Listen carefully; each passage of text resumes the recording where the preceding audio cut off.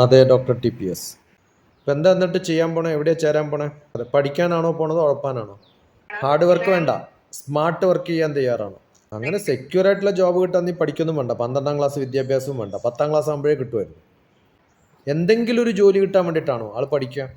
അതെ, ഏതാണ് ആ ഒരു നമ്മൾ എന്താ വെച്ചാൽ when you are studying 12th class, കേരളത്തിൽ നിന്നൊക്കെ വരുന്ന കുറേ മെസ്സേജ് വരുമ്പോൾ ഒരു ദിവസം കേരളത്തിൽ വരുന്ന ഒന്നാമത്തെ മിസ്റ്റേക്ക് മലയാളം ഇംഗ്ലീഷിൽ എഴുതും. NJAN, ഞാൻ, ഇപ്പോൾ, IPPOL. അവർ ഇംഗ്ലീഷ് പോലും എഴുതാൻ അറിയില്ല.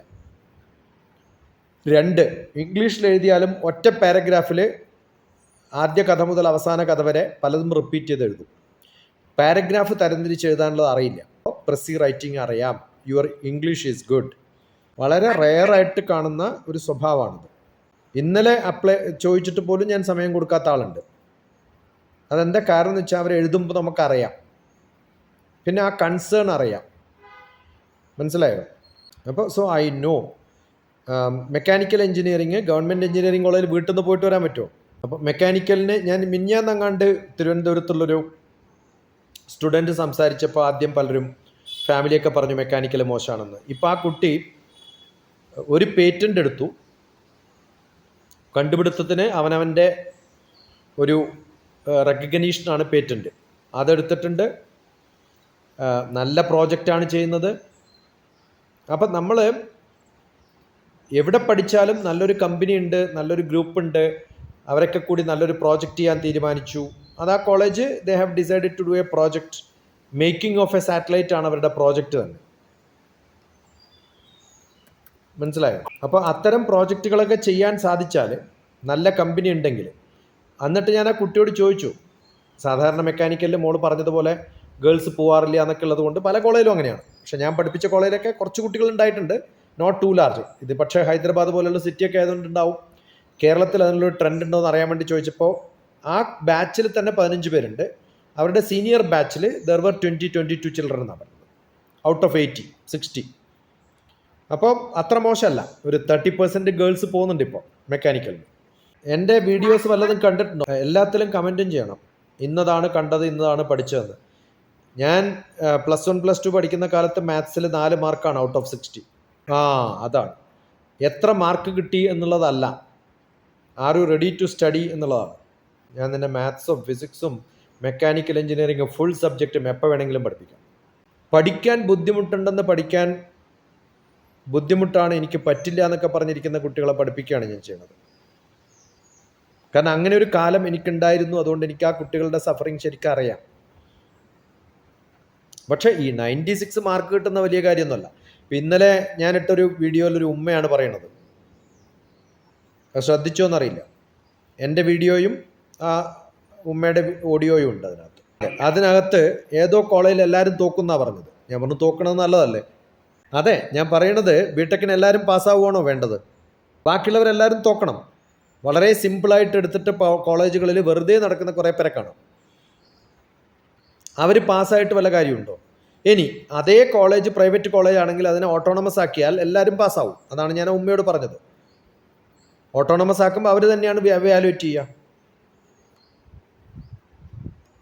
മനസ്സിലായോ? അതുകൊണ്ട് പാസ്സാവുമോ തോക്കുമോ എന്നുള്ളതല്ല, നമുക്ക് പഠിക്കാൻ തയ്യാറായിട്ട് do I have that ability to learn, എനിക്കത് പഠിച്ചെടുക്കാൻ പറ്റുമെന്ന് ഉറപ്പുണ്ടോ എന്നാണ് തീരുമാനിക്കേണ്ടത്. യെസ്, പഠിക്കാൻ പറ്റുമെന്ന് ഉറപ്പുണ്ടെങ്കിൽ അങ്ങോട്ട് തീരുമാനിക്കുക, എന്നിട്ട് പഠിക്കുക. നല്ല കോളേജ് ആവണമെന്നൊന്നുമില്ല, നല്ല കോളേജ് ആണെന്ന് ഞാൻ പറയില്ല. ഞാൻ പഠിച്ചത് ഏറ്റവും നല്ല കോളേജാണോ എന്ന് വെച്ചാൽ യെസ്, ഞാൻ ഭാഗ്യത്തിന് നല്ല കോളേജായിരുന്നു എന്ന് പറയാൻ വേണമെങ്കിൽ. പയ്യന്നൂർ കോളേജിലാണ് പഠിച്ചത്.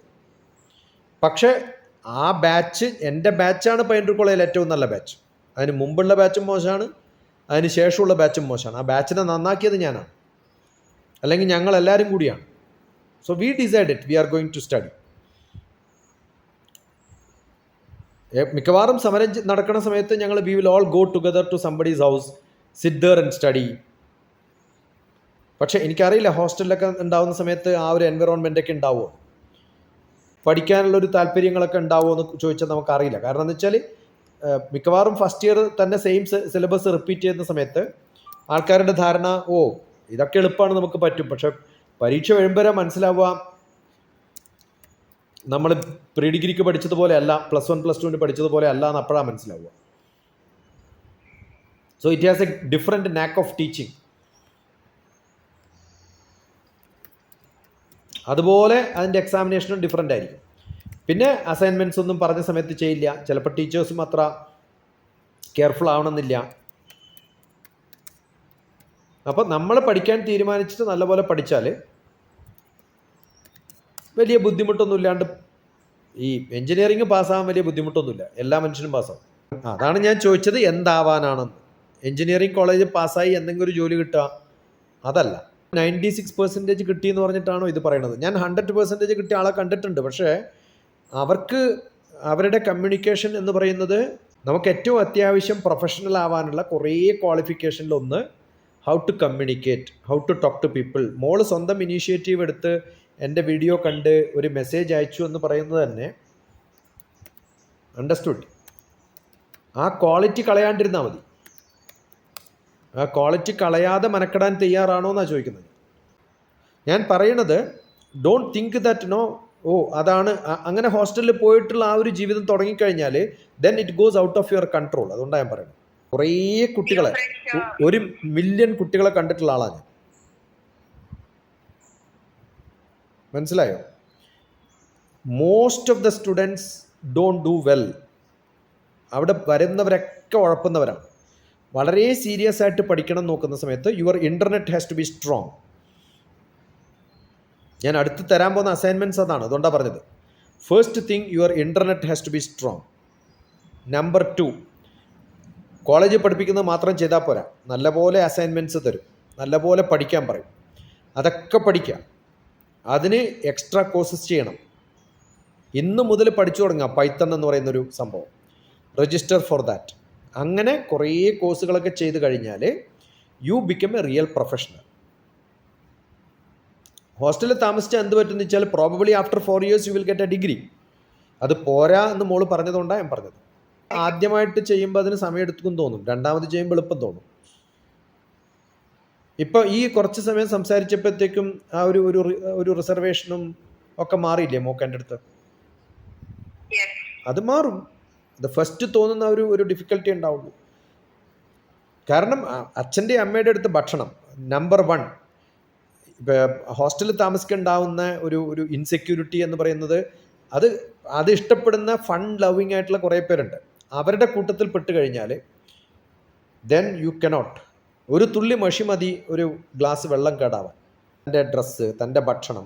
ഇനി ഹോസ്റ്റലിൽ നിന്ന് സാറ്റർഡേ സൺഡേ വരുമ്പോഴത്തേക്കും വീട്ടിലുള്ള പുതിയൊരു എൻവറോൺമെൻറ്റ്, അവിടെ നിന്ന് അല്ലാത്ത കുറച്ച് നിന്നതിൻ്റെ തമാശ, അതൊക്കെ ആകുമ്പോൾ സാറ്റർഡേ സൺഡേ എന്ന് പറയുന്ന നമുക്ക് ചിലവഴിക്കാൻ പറ്റുന്ന നല്ല കാര്യങ്ങൾക്ക് വേണ്ടി ചിലവഴിക്കാൻ പറ്റുന്ന സമയം.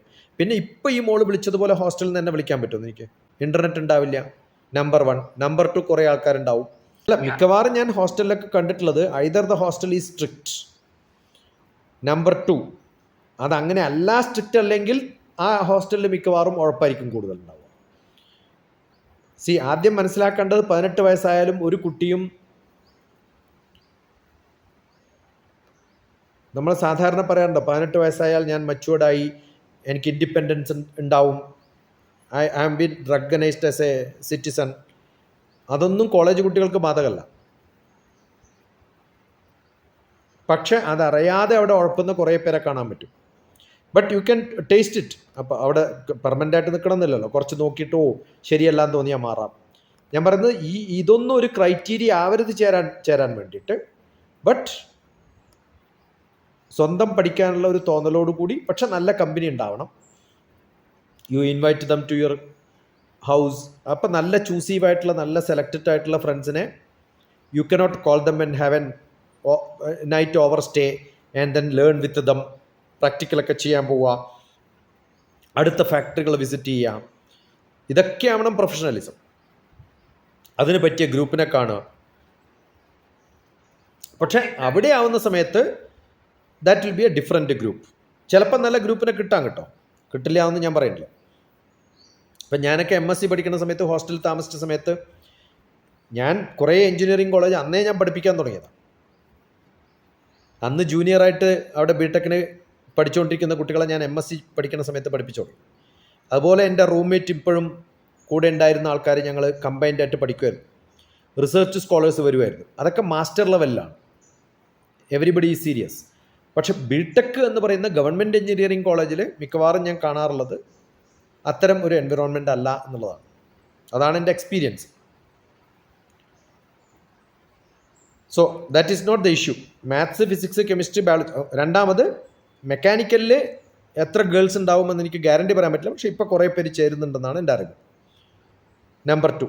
നമ്പർ 3, മെക്കാനിക്കൽ കഴിഞ്ഞതുകൊണ്ട് അവിടെ പഠിച്ച സംഭവം തന്നെ ആവണമെന്നില്ല.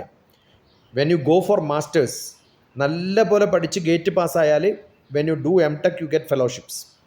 ആ ഫെലോഷിപ്പ് ഇക്വലൻ ടു ഏത് ജോലി കിട്ടിയാലും ഒരു ടീച്ചർക്കോ അല്ലെങ്കിൽ കോളേജ് പ്രൊഫസറായാൽ ഈ എംടെക് കൊണ്ട് കോളേജ് പ്രൊഫസറായിട്ട് ഗേറ്റ് ഇല്ലാതെ പാസ്സായാൽ, സാധാരണ മിക്കവാറും കോളേജിൽ കോൺട്രാക്റ്റിലൊക്കെ വർക്ക് ചെയ്യുന്നവർ ഗേറ്റൊന്നും ഇല്ലാത്തവരാണ്. അങ്ങനെയുള്ളവർക്ക് കിട്ടുന്ന ശമ്പളത്തിന് ഇക്വലൻ്റ് ആയിട്ട് ഫെലോഷിപ്പ് കിട്ടും. അതുകൊണ്ട് ബിടെക് കഴിഞ്ഞ ഉടനെ ഒരു ജോലി എന്നുള്ളത് മാറിയിട്ട് കുറച്ചും കൂടി അക്കാഡമിക് ആയിട്ടൊക്കെ താല്പര്യമുണ്ടെങ്കിൽ എംടെക്കിന് പോകണം. കാരണം കേരളത്തിൻ്റെ സ്റ്റാൻഡേർഡ് അനുസരിച്ച് നമുക്ക് പറയാൻ പറ്റില്ല 5 കൊല്ലം കഴിയുമ്പോൾ ഇങ്ങനെയൊക്കെ കിട്ടുമോ എന്ന്. ഗ്യാരണ്ടി ഒന്നും പറയാൻ പറ്റില്ല. പിന്നെ you will have to go for specialisation. നമ്മൾ 10ാം ക്ലാസ് കഴിഞ്ഞാൽ കിട്ടുന്ന ജോലി, അതുകൊണ്ടാണ് മോൾ ആദ്യം ചോദിച്ച സമയത്ത് ജോലി മതി എന്ന് പറയും. 10ാം ക്ലാസ് കഴിയുമ്പോൾ കിട്ടുന്ന ജോലി അല്ലല്ലോ 12 കഴിഞ്ഞാൽ കിട്ടുക. 12 കഴിഞ്ഞാൽ കിട്ടുന്ന ജോലി അല്ലല്ലോ ബിടെക് കഴിഞ്ഞാൽ കിട്ടുക. ബിടെക് കഴിഞ്ഞാൽ കിട്ടുന്നതല്ലോ എംടെക്കും PhDയും കഴിഞ്ഞാൽ കിട്ടുക. അപ്പം നാളെ മോള് എംടെക് ഒക്കെ കഴിഞ്ഞ് PhD ഒക്കെ കഴിഞ്ഞ് ഒരു കോളേജിൽ പ്രൊഫസറൊക്കെ ആയി ചേരാൻ പറ്റുക എന്ന് പറഞ്ഞാൽ it's a great thing, right? അക്കാഡമിക്സിലൊക്കെ താല്പര്യമുണ്ടെങ്കിൽ. മെക്കാനിക്കൽ എഞ്ചിനീയറിംഗ് ജോബ് എന്ന് പറയുന്നത് പ്രോബബ്ലി സ്ലൈറ്റ്ലി ഒരു കേരളത്തിൻ്റെ പൊസിഷനിൽ ഇപ്പം ഹോൾ കോഴിക്കോട് നോക്കിയാൽ എത്ര മെക്കാനിക്കൽ എഞ്ചിനീയേഴ്സിന് ജോലി കിട്ടിയിട്ടുണ്ടാവുമെന്ന് വെച്ചാൽ ഉത്തരം പറയാൻ ബുദ്ധിമുട്ടാണ്. ഒരു ഫാക്ടറിയിലോ ഒന്നും ജോലി കിട്ടണമെന്നില്ല. ഇനി ഹൈദരാബാദിൽ വന്ന് ജോലി കിട്ടുമെന്ന് വിചാരിക്കുന്നു. ഞാനിപ്പം പണ്ട് കുറേ കൊല്ലങ്ങൾ മുമ്പ്, ഒരു 10 കൊല്ലം മുമ്പ് വേൾഡ് ക്ലാസ് മാനുഫാക്ചറിങ് എന്ന് പറഞ്ഞിട്ടൊരു സംഭവം കാണണം കേട്ടോ. World class manufacturing doctor TPS നടിക്കാം.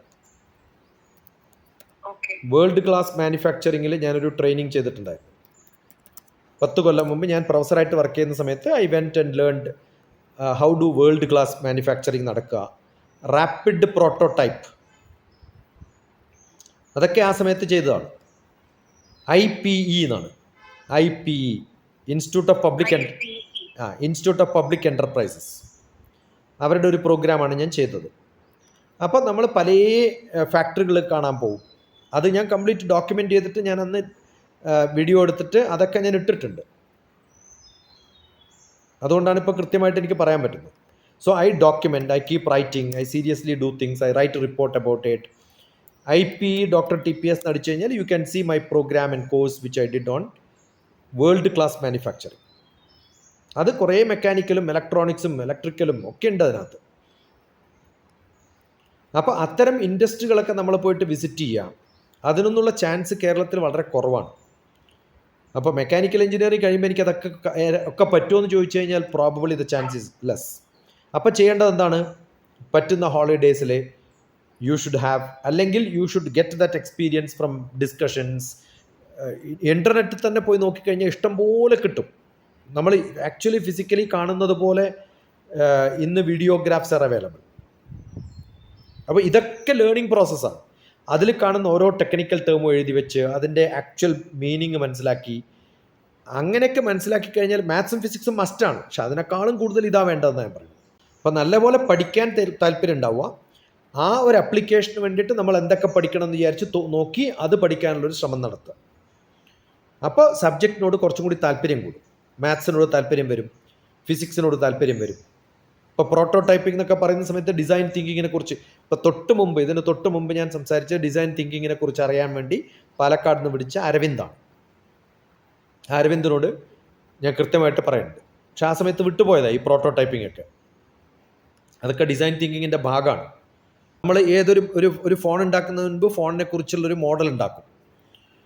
ഓരോ പുതിയ മോഡൽ ഇറങ്ങുമ്പോൾ, ഇപ്പോൾ ഒരു വെഹിക്കിൾ ഇറങ്ങുമ്പോൾ ആദ്യം അതിൻ്റെ ഡിസൈൻ ഉണ്ടാക്കും. ഒരു TV ഉണ്ടാക്കുമ്പോൾ ആദ്യം ഡിസൈൻ ഉണ്ടാക്കും. ഒരു വീട് ഉണ്ടാക്കുമ്പോൾ ഫസ്റ്റ് ഡിസൈൻ ചെയ്തിട്ടല്ലേ വീട് ഉണ്ടാക്കുക. അതുപോലെ ഓരോ സോഫ്റ്റ്വെയർ ഉണ്ടാക്കുന്ന സമയത്തും അതിൻ്റെ ലുക്ക് ആൻഡ് ഫീൽ എങ്ങനെ വേണം, അതൊക്കെ പ്ലാൻ ചെയ്യുന്നതാണ് ഡിസൈൻ തിങ്കിങ്.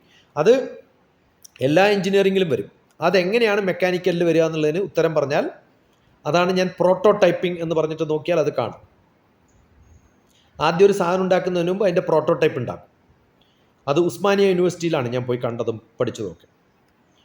മറ്റേ വർക്ക്ഷോപ്പ് ഡിസൈൻ, പ്രോഡക്റ്റ് ഡിസൈനൊക്കെ കണ്ടത് വെൽജാൻ, VLJN, വെൽജാൻ എന്ന് പറയുന്ന ഒരു കമ്പനിയിലാണ്. അവർ മോട്ടോർസാണ് ഉണ്ടാക്കുന്നത്. മനസ്സിലായോ? അപ്പോൾ നമ്മൾ പ്രാക്ടിക്കലായിട്ട് കാണാൻ പറ്റുന്ന കാണാൻ പറ്റാനുള്ള ചാൻസ് കേരളത്തിൽ കുറവായതുകൊണ്ട് you must use the time ഹോളിഡേയ്സിൽ പ്ലാൻ ചെയ്യുക. അതിനാണ് ഞാൻ പറഞ്ഞത് നല്ല ഗ്രൂപ്പ് ഉണ്ടാവണം. ഒറ്റയ്ക്ക് പോയിട്ട് കാണാൻ ബുദ്ധിമുട്ടായിരിക്കും, പെർമിഷൻ കിട്ടിയെന്ന് വരില്ല. ഒരു ഗ്രൂപ്പ് ആകുമ്പോൾ കിട്ടും. അതൊക്കെ ചെയ്തു തരാം, ഡോണ്ട് വറി. അതുകൊണ്ട് പഠിക്കാൻ തയ്യാറായാൽ yes I am going to learn. അത് ആരെങ്കിലും ഒരു 10 പേരെടുത്ത് ചോദിച്ചിട്ട് മെക്കാനിക്കൽ നല്ലതാണോ എന്ന് ചോദിച്ചിട്ട് ആവറേജ് എടുത്തിട്ടല്ലല്ലോ പഠിക്കാൻ തീരുമാനിക്കുക, ആണോ? സിലബസ് നോക്കുക, ഇതൊക്കെയാണ് പഠിക്കേണ്ടത്. ഞാൻ എന്തിനാ ഈ വീഡിയോസും ഇൻഡസ്ട്രിയൊക്കെ നോക്കാൻ പറയണത്? ഇതൊക്കെയാണോ മെക്കാനിക്കൽ എഞ്ചിനീയേഴ്സ് ചെയ്യുക? Then I love to do it. അല്ലെങ്കിൽ ഇതൊക്കെയാണോ മെക്കാനിക്കൽ എഞ്ചിനീയേഴ്സ് ചെയ്യണത്? എനിക്കിഷ്ടമല്ല, അതും ആവാം. ഇന്നതൊക്കെ അവൈലബിൾ ആണല്ലോ. On internet you can see what an engineer is suppose to do, right? അങ്ങനെ പഠിക്കും. പക്ഷേ അത് പോരാ. ഞാൻ 4 വർഷം കഴിയുമ്പോൾ by the time 2028 Arushi is going to be a BTech. അതെല്ലാവരും ബിടെക് ആവും, don't worry, you will definitely become. ഈ ഒരു എബിലിറ്റി ഉണ്ടെങ്കിൽ you will get good marks and you will pass. അതൊന്നും ബുദ്ധിമുട്ടേ ഇല്ല. പഠിപ്പിക്കുന്ന ടീച്ചർമാർക്ക് പോലും ചിലപ്പം പഠിപ്പിക്കുന്ന വിഷയം അറിയണമെന്നില്ല. പക്ഷെ നല്ലപോലെ പഠിച്ച കുട്ടികൾക്ക് നല്ലപോലെ അറിയും. അങ്ങനെ പാസ്സായി, അതല്ല കാര്യം. What you want to be, എന്തെങ്കിലും ഒരു നല്ല ജോലി. ആരും ഇസ്രോനെ നോക്കിയിട്ടൊന്നും ജോലിക്ക് വേണ്ടി തപ്പണ്ട. കാരണം ഇസ്രോ ഒക്കെ മിക്കവാറും പ്രൈവറ്റ് ആവും. ഇന്നത്തെ ഒരു സ്ഥിതി അനുസരിച്ച് recruitment is going to be less, number 1. ഞാനൊക്കെ മെക്കാനിക്കൽ ഫ്ലൂയിഡ് മെക്കാനിക്സ് എന്ന് പറയുന്ന വിഷയത്തിൽ തിരുവനന്തപുരത്ത് ചെയ്യുന്ന ഒരാളുടെ കൂടെ താമസിച്ചത് കൊണ്ടാണ് ഇസ്രോയെക്കുറിച്ച് അറിഞ്ഞതും അങ്ങനെയാണ് ഇസ്രോയിൽ ജോയിൻ ചെയ്തത്. പക്ഷെ ഞാൻ ചെയ്ത പണിയൊന്നും അതേ അല്ല. After joining you do entirely different job. അപ്പോൾ അതുകൊണ്ട് ഞാൻ മെക്കാനിക്കൽ പഠിച്ചാൽ ഇസ്രോ പോയാൽ മെക്കാനിക്കൽ ജോലി ചെയ്യാൻ പറ്റുന്നു എന്ന് വിശ്വസിക്കുന്നതിൽ അർത്ഥമൊന്നുമില്ല. പിന്നെ അങ്ങനെ ഒരു കമ്പനിയെ നോക്കിയിട്ടല്ല നമ്മൾ പഠിക്കേണ്ടത്. U should have A plan A, plan B, plan C എല്ലായിടത്തും അപ്ലൈ ചെയ്യണം. ഗേറ്റ് പാസ്സാവണം. അത് ഇന്നേ പ്രിപ്പയർ ചെയ്തിട്ട് സിലബസ് എടുത്ത് വെക്കുക, പ്ലാൻ ചെയ്യാം, പഠിക്കാം. Okay. English communication keep on improving. Look at all different options. Indian engineering service you can write. അങ്ങനെ ഇന്ത്യൻ എഞ്ചിനീയറിംഗ് സർവീസ് പഠിച്ചാൽ നേരെ ഇന്ത്യൻ എഞ്ചിനീയറിംഗ് സർവീസിൽ ജോബ് കിട്ടും. അത് കേട്ടിട്ടുണ്ടോ എന്ന് അറിയാൻ വേണ്ടിയിട്ടാണ് ഞാൻ എന്താണ് ആഗ്രഹം എന്നൊക്കെ ചോദിച്ചത്. കാരണം മെക്കാനിക്കൽ, സിവിൽ, ഇലക്ട്രിക്കൽ, ഇലക്ട്രോണിക്സ് പഠിച്ചവർക്കൊക്കെ ഇന്ത്യയിൽ ഇന്ത്യൻ എഞ്ചിനീയറിംഗ് സർവീസിൽ ചേരാം. അത് ഈക്വലന്റ് ടു IAS ആണ്. ഇന്ത്യൻ അഡ്മിനിസ്ട്രേറ്റീവ് സർവീസ് പോലെ സ്പെഷ്യലൈസ്ഡ് ആയിട്ടുള്ള സർവീസാണ് Indian engineering service for engineers. Economics പഠിക്കുന്നവർക്കുള്ളതാണ് ഇന്ത്യൻ എക്കണോമിക് സർവീസ്. അപ്പോൾ ഓരോരാൾക്കും ഡിഫറൻ്റാണ്. ഇന്ത്യൻ സ്റ്റാറ്റിസ്റ്റിക്കൽ സർവീസ് സ്റ്റാറ്റിസ്റ്റിക്സ് പഠിച്ചവർക്കാണ്. അണ്ടർസ്റ്റുഡ്? അപ്പോൾ മെക്കാനിക്കൽക്കാർക്ക് പറ്റിയിട്ടുള്ളതാണ്. പിന്നെ probably mechanical, EME, electrical, mechanical, electronics, ഈ 3 ബ്രാഞ്ചുകാർക്കും ഡയറക്റ്റ് മിലിറ്ററിയിലേക്ക് റിക്രൂട്ട്മെൻറ്റ് വരും എഞ്ചിനീയേഴ്സിന്. അപ്പോൾ ഇഷ്ടംപോലെ ഓപ്ഷൻസ് ഉണ്ട്.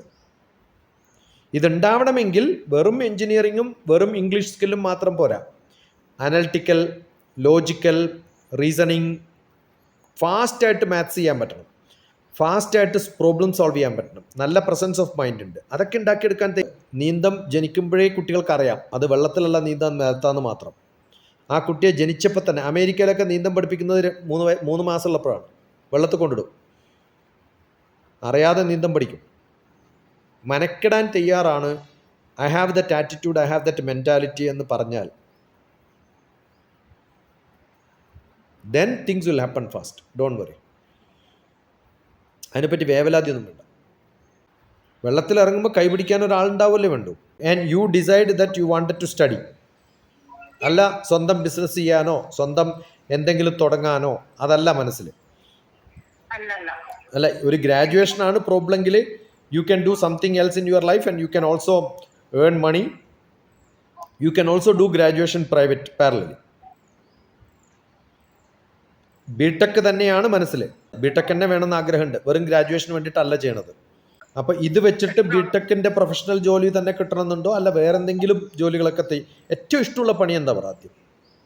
അപ്പോൾ ഇപ്പം തന്നെ ഒരു സ്കൂൾ തുടങ്ങിക്കൂടെ തനിക്ക്? What is that you? ഞാൻ ചോദിക്കുന്നത്, ഇപ്പോൾ ബിടെക് കഴിഞ്ഞാലും, ഞാൻ ഇത് ചോദിക്കാൻ കാരണം എന്താ അറിയോ, ചിലപ്പോൾ ബിടെക് കഴിഞ്ഞാൽ 5 വർഷം you are spending time, you are spending your effort. അത് കഴിയുമ്പോഴത്തേക്കും പ്രോബബിളി അത് വെച്ചിട്ടൊരു ജോലി കിട്ടിയില്ല എന്ന് വിചാരിക്കും. Then you should not feel I should have done something, I wasted my 5 years എന്ന് തോന്നുന്നൊരവസ്ഥ വന്നാലോ?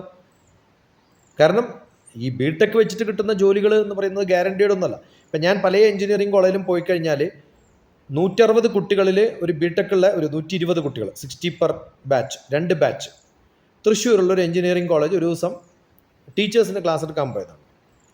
അത് കഴിഞ്ഞ സമയത്താണ് ടി വിയിൽ കാണുന്നത് അവർക്ക് ഏറ്റവും ബെസ്റ്റ് എഞ്ചിനീയറിംഗ് കോളേജിൻ്റെ അവാർഡ്. എന്താ കാരണം? 100% പ്ലേസ്മെൻറ്റ് കിട്ടിയിട്ടുണ്ട് എല്ലാ കുട്ടികൾക്കും. അപ്പം എനിക്ക് തന്നെ അത്ഭുതമായി, ഈ കോളേജിൽ 100% പ്ലേസ്മെൻറ്റ്, ഇറ്റ് ഈസ് ഇമ്പോസിബിൾ എന്ന് പറഞ്ഞ് തോന്നിയതാണ്. അപ്പം ഞാൻ വിളിച്ചു ചോദിച്ചു പറഞ്ഞത് ആകെ 3 കുട്ടികളെ പാസ്സായിട്ടുള്ളൂ 120-ൽ, ബാക്കി എല്ലാവരും തോറ്റു. അപ്പം 3 കുട്ടികൾക്ക് ജോലി കൊടുത്താൽ 100% പ്ലേസ്മെൻ്റ് ആയില്ലേ? പാസ്സായവർക്കല്ലേ ജോലി കിട്ടുള്ളൂ. അതിനാണ് അവാർഡ് കൊടുത്തത്. കേരളത്തിലെ 100% പ്ലേസ്മെൻറ്റ് എന്ന് പറഞ്ഞ അവാർഡ് കൊടുത്ത ഒരു ടി വി, അത് സ്പോൺസർ ചെയ്തതും നമുക്കറിയുന്ന ആൾ തന്നെയാണ്. അപ്പോൾ പലപ്പോഴും എഞ്ചിനീയറിംഗ് കോളേജിൽ pass percentage is too low, number 1. ഇപ്പം ഞാനിപ്പോൾ മെക്കാനിക്കൽ എംടെക് എന്നൊക്കെ പറഞ്ഞു, പലയിടത്തും എംടെക്കിന് ആളും ചേരുന്നില്ല. അതിനെന്താ കാരണം എന്ന് വിചാരിച്ചു കഴിഞ്ഞാൽ there are no great education happening.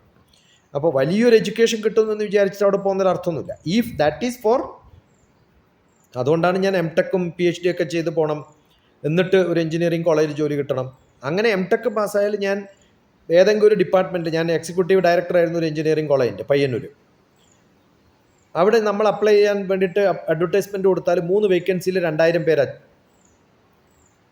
എന്നിട്ട് ആ സമയത്ത് നമ്മളോട് വന്നിട്ട് പറയും കാശൊന്നും തരണ്ട, ഞാൻ വന്ന് പഠിപ്പിച്ചോട്ടെ, ഒരു 6 മാസമോ 1 കൊല്ലമോ പഠിപ്പിച്ച സർട്ടിഫിക്കറ്റ് കിട്ടുമല്ലോ, ഞങ്ങൾക്ക് എക്സ്പീരിയൻസ് ഉണ്ടെന്ന്. പിന്നെ വിവാഹം കഴിയുന്നത് വരെ എഞ്ചിനീയറിംഗ് കോളേജ് ടീച്ചറാന്ന് പറയാലോ വിവാഹ സമയത്ത്. So it is not a great offering sometime. നമ്മൾ നല്ല എഞ്ചിനീയറിംഗ് കോളേജിൽ നല്ല പ്രാക്ടിക്കലൊക്കെ ചെയ്ത് വരുമ്പോഴാണ് ഒരു ഡിമാൻഡ് ഉണ്ടാവുക. അപ്പം ഇത് വലിയൊരു പ്രൊഫഷൻ ജോലി തരുന്നതാണോ എന്ന് ചോദിച്ചു കഴിഞ്ഞാൽ പ്രോബബിളി ഇറ്റ് ഡിപ്പെൻഡ്സ്.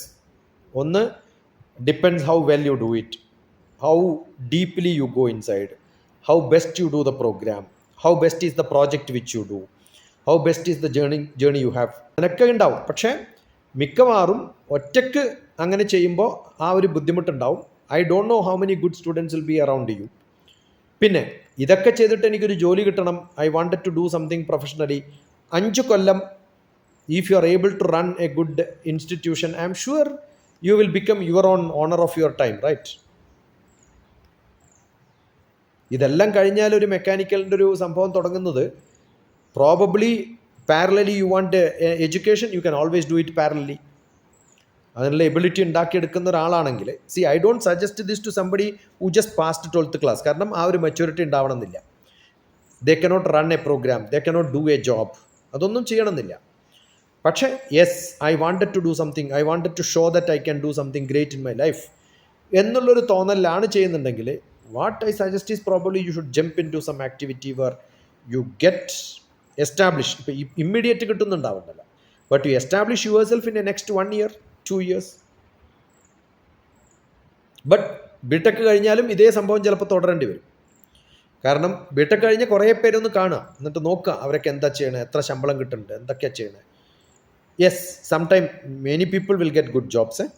ഇനി അതല്ലെങ്കിൽ എബ്രോഡിൽ പഠിക്കാൻ പോയി കഴിഞ്ഞിട്ട് MS എടുത്തു കഴിഞ്ഞാൽ ജോലി കിട്ടും, ഗ്യാരണ്ടി പറയാൻ പറ്റും. But then after 5 years you are going to spend, ഇന്നത്തെ റേറ്റ് വെച്ചിട്ട് you will spend minimum may be 30-40 lakhs. And then probably you get a master's degree there. Then you get a job.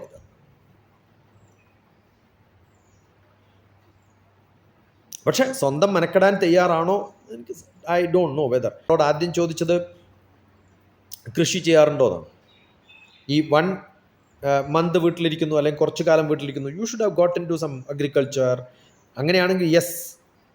ഇപ്പം ഞാൻ Covid കാലത്ത് ഞാൻ ചെയ്ത പണി എന്താണെന്ന് ചോദിച്ചാൽ ഞാൻ ഫാമിംഗ് ആയിരുന്നു, എനിക്ക് ഇഷ്ടമുള്ള പണിയാണ്. ഞാൻ ബേസിക്കലി ഒരു കർഷകൻ്റെ മകനാണ്. So I do all these activities. അപ്പോൾ എല്ലാം ചെയ്യാൻ തയ്യാറാവുള്ള ഒരാൾക്ക് അല്ലെങ്കിൽ അങ്ങനെയുള്ളൊരു എബിലിറ്റി ഉള്ള ഒരാൾക്ക് they will become wonderful. Confusion കൂടിയോ? അല്ല, എന്താണ് കൂട്ടാൻ കാരണം എന്ന് വിചാരിച്ചു കഴിഞ്ഞാൽ, I told you whatever I said in the beginning, like you want to go for BTech, I will be there to support, no issue. പഠിക്കാൻ ബുദ്ധിമുട്ടുള്ള വിഷയം ചോദിക്കൂ, I can just teach you. Learning ability I guess you have, because that's what I read from the English what you wrote. അത് പറ്റുമെങ്കിൽ, communication ഉണ്ടെങ്കിൽ എല്ലാം ഉണ്ടെന്ന് വിശ്വസിക്കുന്ന ഒരാളാണ്. കാരണം മാത്സും ഫിസിക്സും കെമിസ്ട്രിയും ഒക്കെ ആയാലും കമ്മ്യൂണിക്കേഷനും ലോജിക്കൽ റീസണിങ്ങും ഒക്കെയാണ്.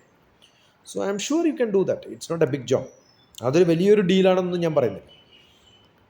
അപ്പോൾ that is not the issue. But what I'm asking is it that you know maybe what I would have done if I am in a position where I wanted to do something great in my life. I want a graduation. Yes, you can do a graduation. കാരണം നല്ല മാർക്കാണ് 96 ഒക്കെ എന്ന് പറഞ്ഞാൽ എത്ര കൊല്ലം മുമ്പായാലും. And if it is few years back it is much better. പക്ഷേ ആ ബിടെക്കിന് പോകുന്ന സമയത്ത് do you have that environment there എന്ന് ചോദിച്ചാൽ എനിക്കറിയില്ല. ആ സപ്പോർട്ടിങ് എൻവറോൺമെൻറ്റ് ഉണ്ടാവുമോ എന്ന് എനിക്ക് കൃത്യമായിട്ട് പറയാൻ പറ്റില്ല. But you can study. I love people to see that they do regular course if they can study. I generally admire people those who wanted to study. അതല്ലെങ്കിൽ ഞാൻ കുറേ വ്യത്യസ്തമായ ഡിഗ്രികളൊന്നും എടുക്കില്ലല്ലോ. പക്ഷേ അതൊന്നും ഞാൻ ക്ലാസ്സിൽ പോയിരുന്നിട്ടല്ല എടുത്തത്. I did my LLB, I did my MBA, I did my MS in psychotherapy. ഇതൊക്കെ ചെയ്തതൊക്കെ നമ്മൾ സ്വന്തമായിട്ട് പഠിച്ചതും പ്രൈവറ്റായിട്ടും ഓപ്പൺ യൂണിവേഴ്സിറ്റി ആയിട്ടും ഓർ ഈവനിങ് കോഴ്സായിട്ടും ഒക്കെ ചെയ്തതാണ്. അപ്പോൾ ഇതൊക്കെ ഓപ്ഷൻസ് ഉണ്ടെന്നാണ് ഞാൻ പറയുന്നത്. അപ്പോൾ യെസ്, എഞ്ചിനീയറിംഗ് കോളേജ് അഡ്മിഷൻ്റെ കോൾ ലെറ്റർ വരട്ടെ. Again we can discuss. എപ്പോഴായിരിക്കും ഏകദേശം? അപ്പോൾ ആലോചിച്ച് നോക്കൂ. You have still time to think, right? ഒന്നും കൂടി സീരിയസ് ആയിട്ട് ആലോചിച്ചിട്ട് ഒരു പേപ്പർ എടുത്തിട്ട് അതിനകത്ത് എഴുതുക. Don't ask too many people. What you should do is you keep writing, assessing what is that you want to do. അപ്പോൾ അതിന് ഏറ്റവും നല്ല മാർഗം, ഇന്ന് 6th July 2024, ഒരു ജൂലൈ കഴിഞ്ഞ് അടുത്ത ഡിസംബർ ആകുമ്പോഴത്തേക്കും what is that I wanted to be in my life. ഞാൻ എന്തൊക്കെ പഠിച്ചിട്ടുണ്ടാവണം. അത് എഞ്ചിനീയറിംഗ് ആണെങ്കിൽ ഇന്നതൊക്കെ പഠിച്ചിട്ടുണ്ടാവണം. Assume that I am starting my own business or job or institution. What is that I wanted to be in my life. അങ്ങനെ ഒരു 5 options എഴുതാം. ആ 5 ഓപ്ഷൻസ് എഴുതിയിട്ട് നോക്കുക. Yes, this is what I can do, this is what I cannot do. ഇനി അത് കഴിഞ്ഞ് ഒരു കൊല്ലം കഴിയുമ്പം എന്താണ് ചെയ്യുക? ഞാൻ ബിടെക് കഴിഞ്ഞാൽ ഓക്കെ, ബിടെക് കഴിയുമ്പോഴത്തേക്കും എന്തൊക്കെ കോഴ്സുകൾ ചെയ്യണം എന്നുള്ളത് I will tell you. All that can be done. ഇന്ന പ്രോഗ്രാമുകളൊക്കെ ചെയ്യണം. ബിടെക്കിലുള്ള സിലബസ് നോക്കുക, അതിനകത്തുള്ള ഓരോ ടെക്നിക്കൽ ടേംസും നോക്കുക. അത് ഓപ്പൺ യൂണിവേഴ്സിറ്റിയിൽ ഏതൊക്കെ കോഴ്സുകൾ എനിക്ക് ചെയ്യാൻ പറ്റും എന്നുള്ളത് നോക്കി അതിനൊക്കെ രജിസ്റ്റർ ചെയ്തിട്ട് ബിടെക് കഴിയുമ്പോഴത്തേക്കും ഒരു 40 കോഴ്സെങ്കിലും പാരലി ചെയ്തിട്ടുണ്ടാവും. എങ്കിലേ ബിടെക് ഗുണമുള്ളൂ. അതുകൊണ്ടാണ് ഞാൻ പറഞ്ഞു. അങ്ങനെ കണ്ടിന്യൂസ് ആയിട്ട് പഠിച്ചു കഴിഞ്ഞാൽ what do you gain is A great knowledge. Number 1. ഈ ഗ്രേറ്റ് നോളജൊക്കെ കഴിഞ്ഞാൽ what is that U can do. ഒന്ന്, എബ്രോഡിൽ എവിടെയെങ്കിലും പോയിട്ട് മാസ്റ്റേഴ്സ് ചെയ്യുമ്പോഴേ ഈ ചെയ്തതിനൊക്കെ വാല്യൂ ഉണ്ടാവും. കാരണം നമ്മൾ ഏതെങ്കിലും ഒരു സാധാരണ ജോലിക്ക് പോകുമ്പം ഈ കോഴ്സൊക്കെ ചെയ്തു പറഞ്ഞാൽ അവിടെ ഇരിക്കുന്നവർക്കൊന്നും ഇതൊന്നും മനസ്സിലാവില്ല. ഏതെങ്കിലും ഒരു സാധാരണ കമ്പനിയിൽ ഇപ്പോൾ ഒരു ബിടെക് കഴിഞ്ഞിട്ടുള്ളൊരു പയ്യൻ ഇവിടെ ഹൈദരാബാദിൽ, ഞാൻ പണ്ട് ശിക്ഷ ഹോളിഡേ പ്രോഗ്രാം എന്ന് പറഞ്ഞിട്ടൊരു പ്രോഗ്രാം ഉണ്ടായിരുന്നു എനിക്ക്. ശിക്ഷ ഹോളിഡേ പ്രോഗ്രാം. ഓക്കെ, ആ പ്രോഗ്രാമിൽ ഒരു പയ്യൻ കമ്മ്യൂണിക്കേഷൻ സ്കിൽ വളരെ മോശമാണ്. അവൻ അച്ഛൻ ഒരു സാധാരണ കമ്പനിയിൽ വാച്ച്മാനായിട്ടാണ് ജോലി ചെയ്യുന്നത്. So I asked him what is that you want. അപ്പോൾ അവൻ പറഞ്ഞു എനിക്ക് എന്തെങ്കിലും ഒരു ജോലി മതി. ഇപ്പം മോള് പറഞ്ഞ പോലെ എഞ്ചിനീയർ ആയി കഴിഞ്ഞാൽ എന്തെങ്കിലും ജോലി മതി. അവന് കിട്ടിയ ജോലിയിൽ എത്ര ശമ്പളം കൊടുത്തറിയോ? ബിടെക് കഴിഞ്ഞപ്പോൾ 4000 രൂപ. ഞാൻ എൻ്റെ വീട്ടിൽ വരുന്ന സർവൻറ്റ് മെയ്ഡിന് പാത്രം കഴുകിയാൽ കൊടുക്കുന്ന 6000 രൂപയാണ്. അവൾ 3 വീട്ടിൽ പോയിട്ട് പാത്രം കഴുകും. 18000 രൂപ കിട്ടും. ഭക്ഷണവും ഉണ്ടാക്കണ്ട, ഭക്ഷണം എല്ലാ വീട്ടിൽ നിന്നും കൂടി കിട്ടും. ഇടയ്ക്കിടയ്ക്ക് ഡ്രസ്സ് ഫ്രീ കിട്ടും. അത് കഴിഞ്ഞ് ബത്ത കിട്ടും. ഇടയ്ക്കിടയ്ക്ക് ഓരോ ഫസ്റ്റ് വരുമ്പം കാശ് കൊടുക്കും. ഏതെങ്കിലും ഒരു കമ്പനിയിൽ ഇലക്ട്രിക്കൽ എഞ്ചിനീയറായിട്ട് ജോലി ചെയ്താൽ 4000 രൂപ കിട്ടണം. ഞാൻ അവനോട് പറഞ്ഞു, നീ ഇതൊന്നും ചെയ്യാണ്ട് നീ ബിടെക്കിന് ഉള്ള എഞ്ചിനീയറിംഗ് വെച്ച് നീ ഗേറ്റ് എഴുത്. അവൻ എന്നെ പേടി, ഗേറ്റൊന്നും എഴുതിയാൽ പാസ്സാവില്ല. ഞാൻ പറഞ്ഞു എനിക്ക് 4000 റുപ്യ എല്ലാ മാസവും ഞാൻ തരാം ഗേറ്റ് പാസ്സാവുന്നത് വരെ. അവനിന്ന് BEL ഭാരത് ഇലക്ട്രോണിക്സ് ലിമിറ്റഡിലെ പിന്നെ എഞ്ചിനീയറാണ്. MTech പഠിച്ചു, ഗേറ്റ് പഠിച്ചു, MTech കിട്ടി, ഫെലോഷിപ്പോടുകൂടി പഠിച്ചു. ഒരു പ്രാവശ്യം പോയിട്ടുണ്ട് BEL എഞ്ചിനീയേഴ്സിന്. അത് അറേഞ്ച് ചെയ്തത് എൻ്റെ സ്റ്റുഡൻ്റാണ്. അപ്പോൾ അവൻ അവിടെ ആദ്യം പറയുന്ന വാക്ക്, കംപ്ലീറ്റ് ഇൻട്രൊഡക്ഷൻ ഉണ്ടാവില്ല, ഞാൻ ഇവിടെ എത്താൻ കാരണം എന്നെ ആക്കിയത് ഡോക്ടർ TPS ആണെന്ന് പറയും. അപ്പോൾ നമ്മൾ എന്തെങ്കിലും ഒരു ജോലി, ചെറിയ ജോലി എന്ന് വിചാരിച്ചിട്ട് നിൽക്കരുത്. സോ യു ഷുഡ്, ഇപ്പോൾ ചെയ്ത് കഴിഞ്ഞാൽ after BTech probably nothing will be available. So you should plan for MTech. അത് കഴിഞ്ഞ് ഗേറ്റൊക്കെ പാസ്സാവണമെങ്കിൽ ഇന്നേ തുടങ്ങണം പ്രിപ്പറേഷൻ. അങ്ങനെയൊക്കെ പഠിച്ച് may be after 7 years yes still you are ഈ പറയുന്ന പൊസിഷനിലേക്ക് ഐ വാണ്ട് സം ജോബ് എന്നുള്ളൊരവസ്ഥയിലേക്ക് എത്തുന്ന. അങ്ങനെ എല്ലാവർക്കും കിട്ടണമെന്നില്ല. നമ്മൾ ചിലരൊക്കെ നമുക്ക് നന്നാക്കാൻ പറ്റും, എല്ലാവർക്കും ഗ്യാരണ്ടി പറയാൻ പറ്റുമൊന്നുമില്ലല്ലോ. ദാറ്റ് ഈസ് മൈ പാത്ത്, അത് കൃത്യമായിട്ട് എഴുതാം. Plan B, assume I start some business today, I start some activity today, എന്തൊക്കെയാണ് ചെയ്യാൻ പറ്റുക എന്ന് ആലോചിക്കുക. അങ്ങനെ എന്തെങ്കിലും തുടങ്ങിക്കഴിഞ്ഞാൽ ഫിനാൻസ് ഒന്നും ഒരു പ്രോബ്ലം അല്ല ലോകത്തിപ്പം. കാരണം ഇന്ന് ഞാൻ രാവിലെ എടുത്തത് ഫിലിപ്പീൻസിൽ how to start business management strategic, അതിപ്പോൾ എഡിറ്റ് ചെയ്തുകൊണ്ടിരിക്കുക. So probably I put it today or tomorrow. അതിൽ ഗ്ലോബൽ ഫിനാൻസിങ്ങിനെ കുറിച്ചാണ്. ലോകത്തിൽ ഇവിടെ നിന്നൊക്കെയാണ് ഫണ്ട് വരിക, how do people start, strategies എങ്ങനെയൊക്കെയാണ് ഉണ്ടാക്കേണ്ടത്, എങ്ങനെ ബിസിനസ് ചെയ്യണം, ഇതൊക്കെയാണ് ഞാൻ പഠിപ്പിക്കുന്നത്. ഫിലിപ്പീൻസുകാരെയാണ്. ഒരാൾ ഡിസ്കസ് ചെയ്യാൻ തുടങ്ങിക്കഴിഞ്ഞാൽ I am a life mentor, career കൗൺസിലിങ്ങോ ക്ലാസ്സോ അല്ല സംഭവം. So we will do what you want, we will do. Understood? ഇത്ര ഡീറ്റെയിൽ ആയിട്ട് ഇങ്ങനെ എഴുതുന്ന സമയത്ത്, അതല്ലെങ്കിൽ ഞാൻ പലരോട് എന്തായാലും Gmeet ഗസ്റ്റ് സജസ്റ്റ് ടൈം ഞാൻ ഉടനെ കൊടുത്തിട്ടുണ്ട്. ഞാൻ ഇന്നലെ ഉള്ളതും കൂടി റിപ്ലൈ ചെയ്താണ്ട് വെച്ചിരിക്കണം. അരവിന്ദ് ഇന്നലെ എഴുതിയതാണ്. അരവിന്ദ് ഇന്നലെ എഴുതിയപ്പോൾ ഇന്നാണ് കൊടുത്തത്. സജസ്റ്റ് യുവർ ടൈം നൗ എന്ന് പറഞ്ഞ സമയത്ത് അരവിന്ദ് ചോദിച്ചത് can we have at 3 o'clock എന്ന്. ആ ഇമ്മീഡിയറ്റ് റെസ്പോൺസ് കണ്ടപ്പോൾ ഐ വാസ് സോ ഹാപ്പി. അപ്പോൾ അതേ സമയത്ത് 3 എഴുതിയതിലാണ് I also gave you at 2:50. Aravind clicked first, അതുകൊണ്ടാണ് ഞാൻ വെയിറ്റ് എന്ന് പറഞ്ഞത്. മനസ്സിലായോ? ഇയാൾ റിപ്ലൈ ചെയ്തത് 3:02-നാണ്, മറ്റേ ആൾ റിപ്ലൈ ചെയ്തത് 2:52-നാണ്. So I gave time to him. അപ്പോൾ അങ്ങനെ വർക്ക് ചെയ്യുന്ന ഒരാളാണ്. എന്ന് വെച്ച് when I talk to people, I see that I find your problem, I can see your problem, I can understand the problem, അതുകൊണ്ടാണ് ബിടെക്കിന് ചേരാൻ ഇത് മതി, മെക്കാനിക്കൽ സിവിൽ അത് നല്ലതാണ്, 5 കൊല്ലം കഴിയുമ്പോൾ നീച്ച് പോയിക്കും. That is not I do. ഞാൻ അരവിന്ദനോട് ഞാൻ ചോദിച്ചു, മോൻ്റെ വീട്ടിൽ ആരൊക്കെ ഉണ്ടെന്ന് ചോദിക്കും, എന്താ അച്ഛൻ ചെയ്യണത്, എന്താ അമ്മ ചെയ്യണത് എന്നൊക്കെ ചോദിച്ചു. I will just post that today itself. I will post. അതിന് ഫസ്റ്റ് പ്രയോറിറ്റി കൊടുത്ത് ഞാൻ പോസ്റ്റ് ചെയ്യാം. ഞാൻ എന്താ അരവിന്ദനോട് ചോദിക്കുന്നുള്ളത് എഡിറ്റ് ചെയ്യാതെ ഇടാൻ പറഞ്ഞു. ഞാൻ ചോദിച്ചു അവരോട്, ഇട്ടോളാൻ പറഞ്ഞു. So you C just before this what I did is what I am saying.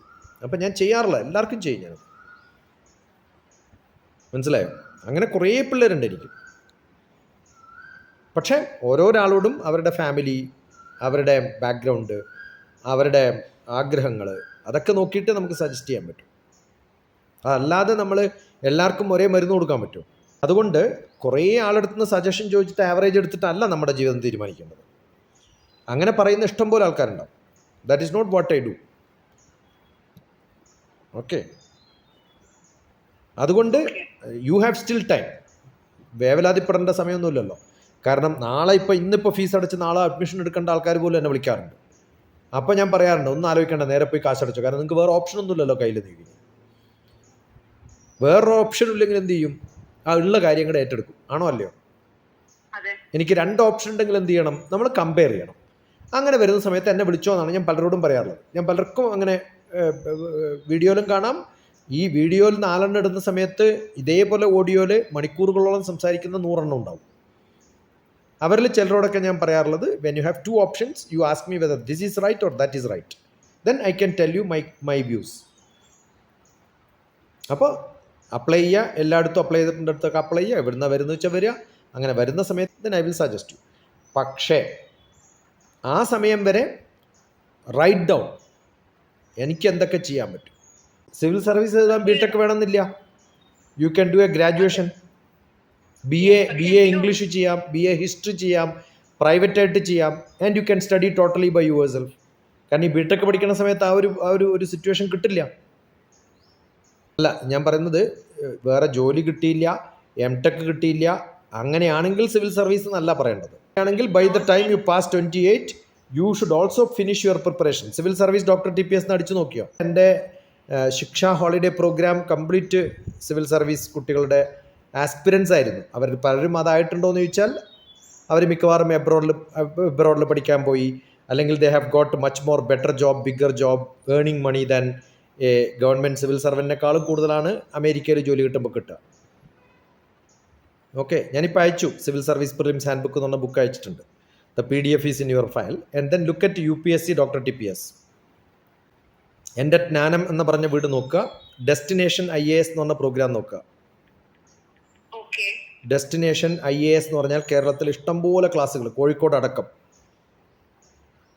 And number 2, when I am home in Kerala നടുവിൽ I will get some more students and all of them will come.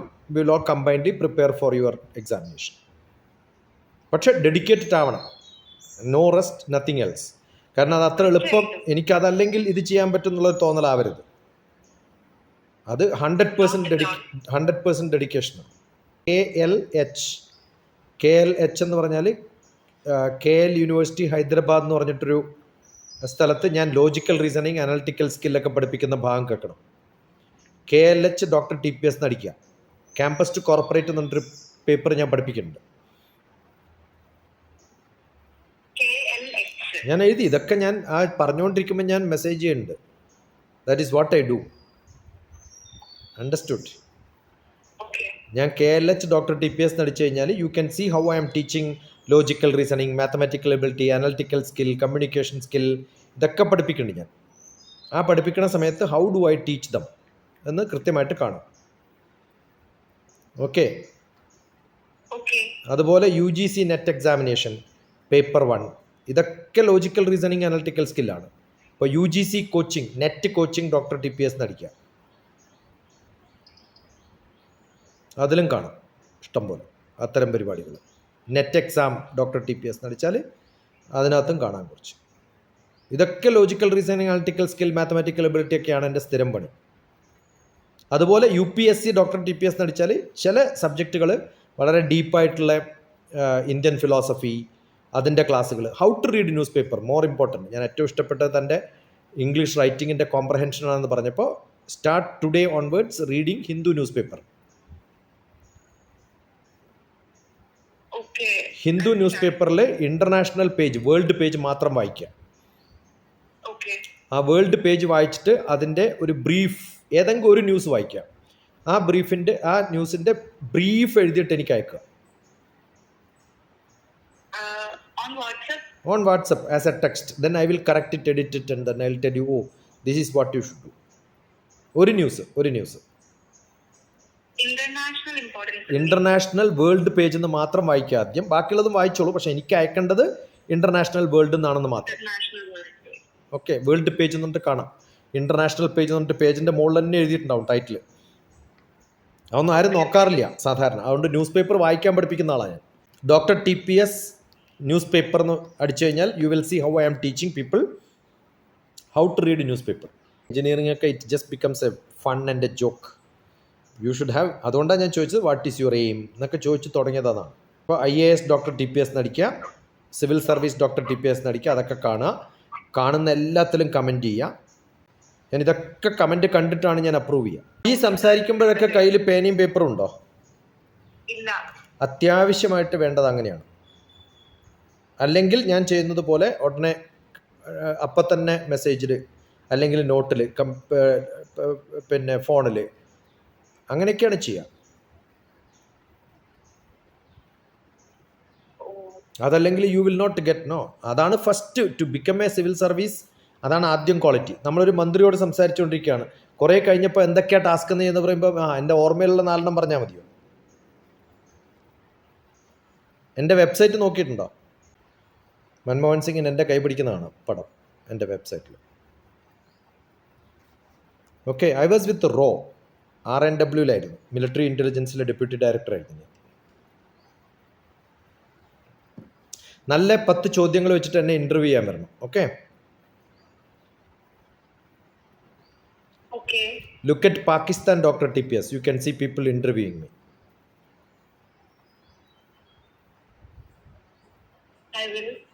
Interview doctor TPS എന്നടിക്കുക, അപ്പോൾ കാണും. അപ്പം നല്ലപോലെ പഠിക്കുക.